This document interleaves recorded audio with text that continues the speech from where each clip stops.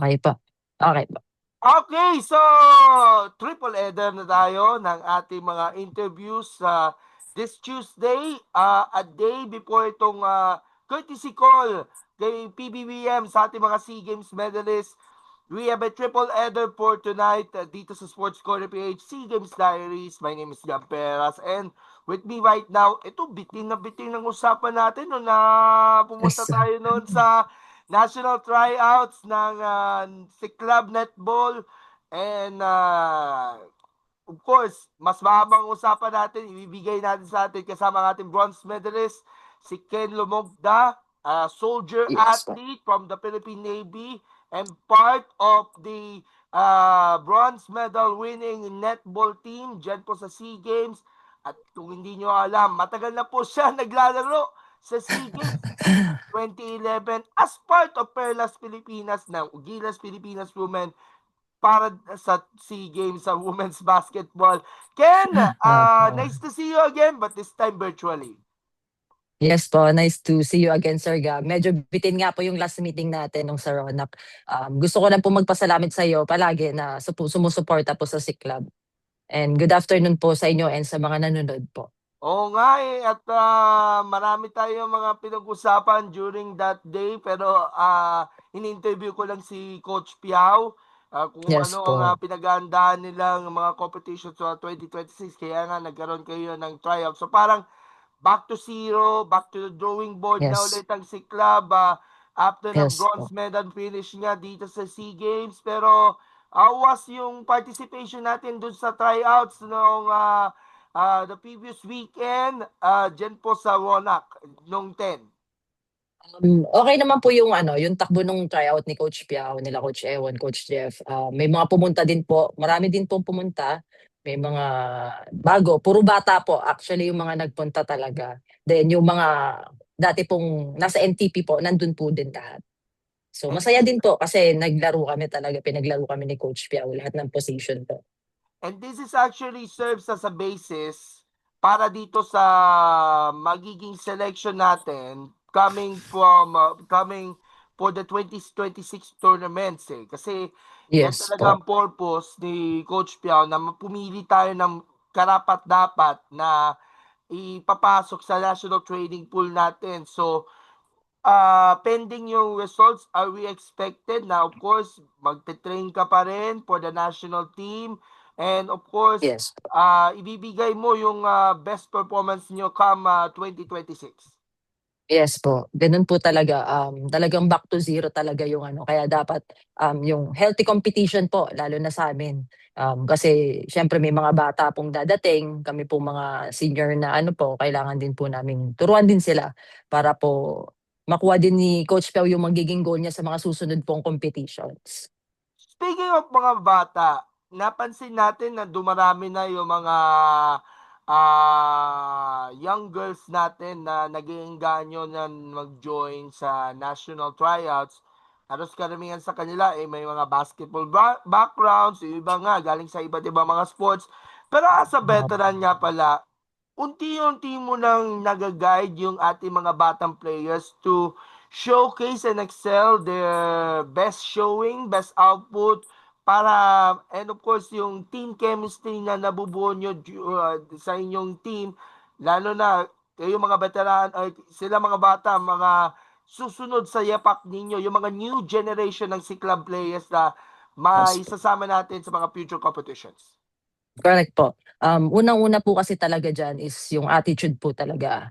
Minsan kasi talagang yung skills po, natuturo po talaga yan. Parang kami po, hindi naman namin forte talaga yung netball, sir. So, basketball kami. So, tinuruan din talaga kami. Hinubog din kami hanggang matutunan po namin. So, yun din yung ipapasa namin sa magiging susunod na mga player po ng netball na attitude is number one po. Yan. Kung ano po yung mga ituturo, i-take lang po natin parang baso na walang laman. So, parang tubig ilalagay mo, ganun din yung mga sasabihin ng mga coaches sa inyo, mga advice. Yun po yung magiging number one na goal po para po makuha namin uli. Para yung katulad ng ginawa namin na empty kami tapos inabsorb namin lahat. So nakuha namin po yung mission namin na mag-bronze po nitong Southeast Asian Games po. At of course, napakahalaga sa inyong lahat yung continuity ng program. Yung mga Yes po. veterano at saka yung mga bago, talagang in-inject nila kung ano ang makakaya nilang knowledge at of course yung Opo. expertise upang mabigyan natin yung best results natin sa mga iba't ibang competitions. Yan kasi yung game plan ni Coach Piao para at least magtuloy-tuloy pa yung flow ng ating program natin sa Opo. Siklab, no? Yes po, sir. Opo, correct po. Lahat po yun, talagang pinlansya ni Coach Piao ng mga coaching staff po nila Doc Charlie para po magawa po lahat ng magiging mission ngayong 2026 po onwards ng mga Okay. competition. Okay, so let's focus on actually dito sa ating SEA Games campaign. May Yes mga po. sinalihan ba kayo mga competitions before? Kasi ang alam ko, nagkaroon kayo ng mga foreign training camp, Yes po. exposure sa mga iba't ibang mga netball clubs. If I could Opo. remember, sa Australia yata or Indonesia, pakilinaw niyo po. Yung una po namin pinuntahan is sa New Zealand. Sobrang malaking bagay po yun na nagpunta kami ng New Zealand and marami po kami nakalaban doon at naturuan po talaga kami ng maganda sa New Zealand. So magandang factor po yun na binigyan din po kami ng chance ng POC-PSC po na makapag-training ng New Zealand. Ang dami po namin nakalaban doon, ang dami namin natutunan kasi iba po yung skill level po talaga nila. Then, yung pangalawa po namin pinuntahan is yung Sri Lanka, which is may competition po yun. Naging second din po kami doon kasi yun po yung mga nag-champion nung Asian Netball, yung Sri Lanka. So, nung last time kasi lagi kaming Singapore, so tinry naman ni Coach Piao na makapunta ng Sri Lanka. Yun naman po, sa awa ng Diyos, nabigyan naman po ng break na makapunta kami ng Sri Lanka. And maganda naman po exposure yung nabigay sa amin doon sa Sri Lanka na binaon namin papuntang SEA Games po. By the way, it is actually the comeback na rin ng Philippine Netball sa SEA Games. The last time we hosted, we have the netball event was in 2019 pa, no nag-host pa tayo ng Pilipinas SEA Yes Games. You po. were part of the delegation? Yes po. Actually, for SEA Games ng netball ko po yung 2019, sir. At meron bang ibang mga players from 2019 na na-carry over sa 2025? Yes, sir. Si Domino, si Thea Senarosa, si Layug, si Senyo po. Yun. Kami pong And apat yung nandun sa 2019. so lima pala kayo na mula 2019 of Yes. course tumuwid sa 2025 and most of them are newcomers. Yes Mga po. ngayon lang Yes na po. magko-compete sa SEA Games pero sa Yes po. international nakailang beses sila nag-compete. Kamusta ang gelling ninyo with the newcomers and of course yung mga natitira na lang na mga members ng team on and off the court, nagsasama kayo as one team, Yes especially po. sa mga practices na rin to gain experience and exposure nga para dito sa inyong SEA Games campaign. Yun nga po yung sabi nga ni Coach Piao na medyo na-late yung gel namin nung game namin nung SEA Games pero na-practice naman po namin yun kasi parang basketball lang din po kami halos magkakasama, magkakalaban din kami ng mga teammate ko eh. So magkakakilala po talaga kami. So talagang in-instruct ni Coach na nung SEA Games na kailangan naming gawin kung ano po yung pinractice namin. And 3 years po namin pinaghirapan talaga hanggang makarating po dun sa SEA Games na yun na 2026 po. So talagang parang lalo na po nung third quarter na up ng 10 points po yung kalaban na Brunei. So parang sinabi talaga ni coach nung pagkatapos ng third quarter na eto fourth quarter na. So kailangan na natin talagang gawin lahat. Ibuhos na po namin. Parang never say die na to. Kailangan na namin ibuhos lahat to kasi 3 years yung pinuno namin sir na trabaho, pinaghirapan namin lahat na magkakasama kami. So kailangan hindi kami uuwi ng Pilipinas talaga sir na hindi namin dala-dala yung mission na makuha po yung bronze. Okay, so medyo sabihin natin mabigat talaga ang competition lalo na yung Yes Singapore, sir. isa sa mga top 10 in the world. Yes sir. Tapos Yes sir. Malaysia. And of course, Opo. hindi papahuli yung host natin na Thailand. Na kahit Yes may po. home court advantage talaga talaga naman willing din sila na makipagtalo at makipag ungusan talaga dito, and then we have also Brunei. But of Yes course, po. we end up with one win and 3 losses, no? Opo, Ah, sir. para dito sa competition na yon, Yes po. ano ang inyong take nga dun sa mga important matches na nilabanan ninyo all the way until nakakuha tayo ng bronze. Of course, shared ito ng Thailand. What's your take dun sa mga important matches na yon? And of course, yung mga strategies na kailangan mong atubagin upang maigitan pa yung opensa sa kadepensa nga ng ating koponan natin. Yun nga po sir, unang-una po yung instructions ng mga coaches, lalong-lalo na si Coach Piao. Kasi po first game pa lang namin talaga nabugbog na kami kasi Singapore po talaga yung una namin nakalaban. So talo agad sir pero hindi kami napanghinaan ng loob, sabi nga ni Coach Piao, lumaban kami hanggang dulo. So kasi last game talaga namin yung Brunei din sir, so talagang binuhos namin lahat ng effort namin, pinagsama-sama talaga namin lahat ng skills, lahat ng natutunan namin. Yun naman sir, nagkaroon naman kami ng magandang outcome sir sa lahat naman ng tinuro niya. Sa offense, syempre hindi naman po perfect sir yung buong game namin, talagang marami talagang lapses. Pero inadjustan po yun kasi may training naman po kami kinabukasan after nung game namin ng hapon. Kinabukasan po ng morning may training kami. So pinlansya po lahat yon nila coach. Inayos po nila lahat po ng mga lalo na sa defense po kasi yung mga shooter talaga ng kalaban talagang 100% po yung percentage nila. Tapos yung sa amin po naman mga shooter, syempre kailangan din po namin mag-effort na kailangan ng shots namin is ma-made po namin talaga. So dun po talagang kailangan namin mag-effort talaga ng gusto kasi may iba po yung point ng ano ng netball 1 point lang po talaga eh. So kung malamangan ka ng 10, so parang hirap habulin, hindi katulad po ng basketball sir. So lahat ng strategies po, lahat ng tinuro ni coach, lahat ng offense to defense po, mid-court hanggang po dun sa defense, hanggang po sa shooter, talaga pong pinlansya ni Coach Piao yun, nila Coach Ewon, Coach Jeff po. Let's say, kahit papaano, mabigat ang competition Opo, ninyo despite the fact na medyo kinapos tayo doon sa ilang matches, especially opo. nga doon sa Singapore, yung unang match ninyo, 20-70 lang. Pero hindi ba kayo Yes po. napanghinaan ng loob para sa inyo itong mga pagkatalo na ito upang magkaroon ng dagdag motivation na rin para sa inyo para pagdating naman sa susunod na matches, lalaban at lalaban pa rin kayo?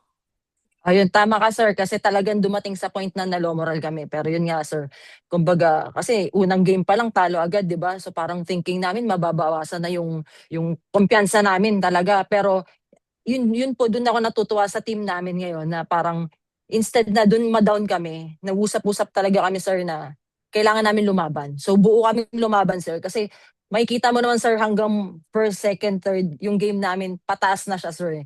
So talagang dun pa lang nagtulungan na kami, yung mga captain ball sir, nag-usap-usap din kami paano namin i-manage yung mga teammates namin. May hindi po perfect pero syempre kailangan po namin maging maayos para po makuha namin kung ano po yung goal and mission po namin. And Yun, sir.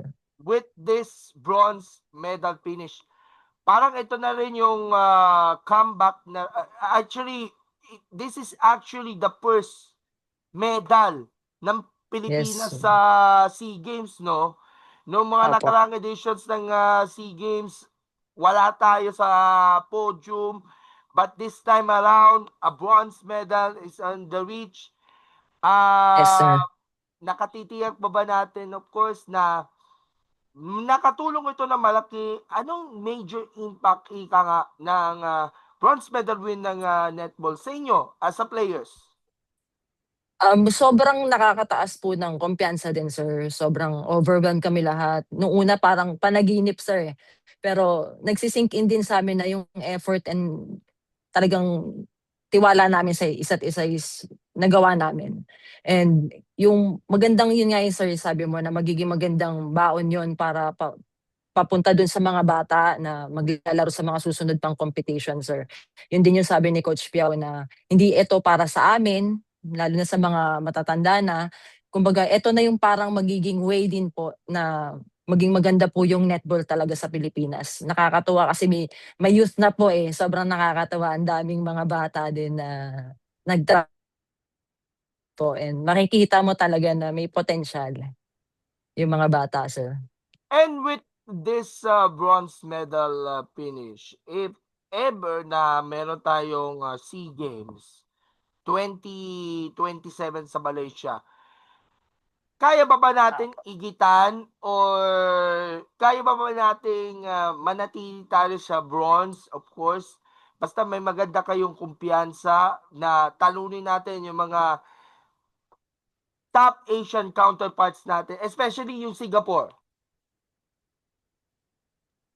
Nakikita ko naman din po, sir, lalong-lalo na yung kalaban namin sila nung last SEA Games. Kaya naman po, sir, talaga. So parang nag-lock lang ng konti sa mga yung sa loob ng court. Syempre hindi naman po maiiwasan 'yun. Talagang kailangan pong planchahin. Pero kung makikita mo po kasi, sir, yung din sa height medyo okay na eh. Kasi yung mga defender po natin ngayon and mids medyo matatangkad na rin po, unlike nung before. Sobrang magkakapantay lang po eh. Ngayon parang sobrang kahit yung mga center, kahit yung defender natin pwede maging mids. So maganda po. Nakikita ko nun po may chance pa po ng next SEA Games po talaga. Lalong-lalo na po may grassroots po. So magandang ano po 'yun. Start po talaga para sa ano po, netball. Yung Okay. program po nila, coach. Okay, what's next for the team after nitong SEA Games? May mga plano daw kayo ng mga training camps abroad Yes or po. mga international competitions na naka-line up? Yes po. Nabanggit na rin po ni Coach Piao yun last time. Nabanggit niya po yan nung last tryout po na yung program po ngayon sa netball is yun. Parang balak niya rin pong bumalik ng Singapore to train. Tapos yung Sri Lanka if ever, and yung Zealand po. New Zealand po ulit yung parang yun yung gusto niya din na ma-pursue po. Tapos yun nga po yung Asian netball po ngayong taon, meron po kasi sa Hong Kong po gaganapin yun. Okay. So meron kayong mga courtesy calls na ginawa ninyo with the LGUs or di kaya yung inyong home school Yes po. during the stay? Pag-share niyo naman. Yeah. Yes sir. Actually kahapon lang po 'yun, nag-call kami kay Mayor Strike Revilla po kasi taga Bacoor po ako. So nag-ano po kami, nag-call kami. Nagulat ako sir kasi sobrang dami po pala namin dito kasi may hockey, tapos may sailing, tapos si server na yung ano po yung Modern event niya na pentathlon. yan sir. Nakalimutan ko na, ang dami kasi. Tapos yun nga po, handball, si Mateo po, na teammate ko din sa basketball, Bacoor din siya, tas ako. Sobrang dami, tas may dalawang bata pa po na gymnast. Tsaka yung basketball team ng Asian Youth na naglaro, mga Bacoor din po. Mostly Yun, mga batang kahapon. din. Yes po, yes po. Sobrang dami po namin kahapon. Nakakatuwa din yung ano nila sa amin kahapon, sir. Na meron ba Tapos silang cash incentives na binigay sa inyo? Meron naman sir, binigyan kami halos lahat kami. Nakakatuwa din si Mayor kasi hindi lang po kami yung binigyan niya na nag-SEA Games. Lahat po, Asian Youth, pati yung dalawang batang gymnast sir, binigyan din po niya. So mukhang masyadong high moral kayo nung natanggap kayo ng mga pagkilala from your home city and then Yes po. yung mismong Philippine Navy, meron kayong courtesy call, no?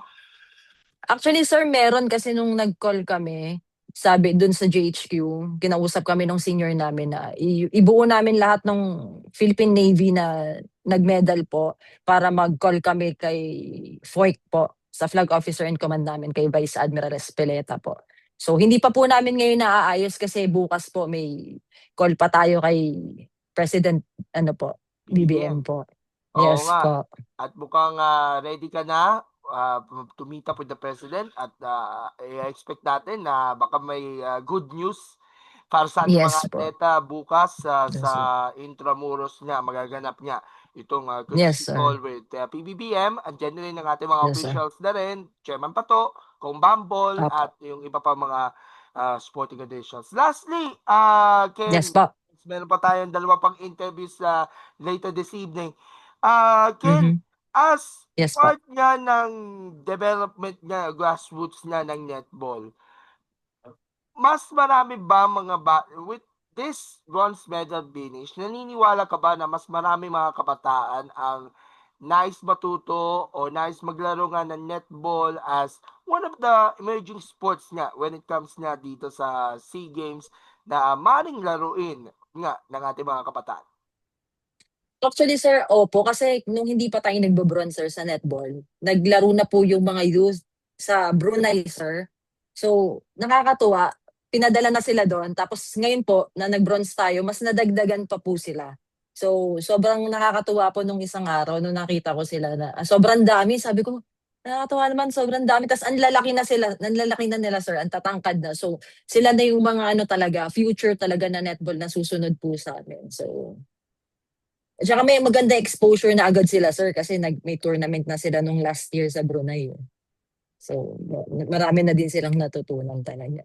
Oo nga, ang dami nga mga competitions na sinalihan ng ating youth at of course, mas lalo silang kampante dahil yung mga seniors naka-bronze na sila eh. In fact, doon sa Brunei kahit papaano mataas ang boost, mataas ang expectations tayo na manalo. Pagdating naman sa 2026 season mas lalo pa silang pag-uusayan at pagbubutihan niya ang kanilang paglaog o partisipasyon niya dito sa competition.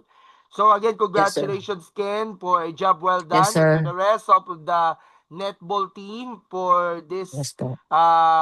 great victory nga dyan sa nagdaang SEA Games and for sure sa susunod na mga competitions babalikan ka namin para makapagkwentuhan but before we wrap up baka may gusto kayong pasalamatan all those who supported since day one and all those na mga kabataan na nagnanais nga na matuto na netball.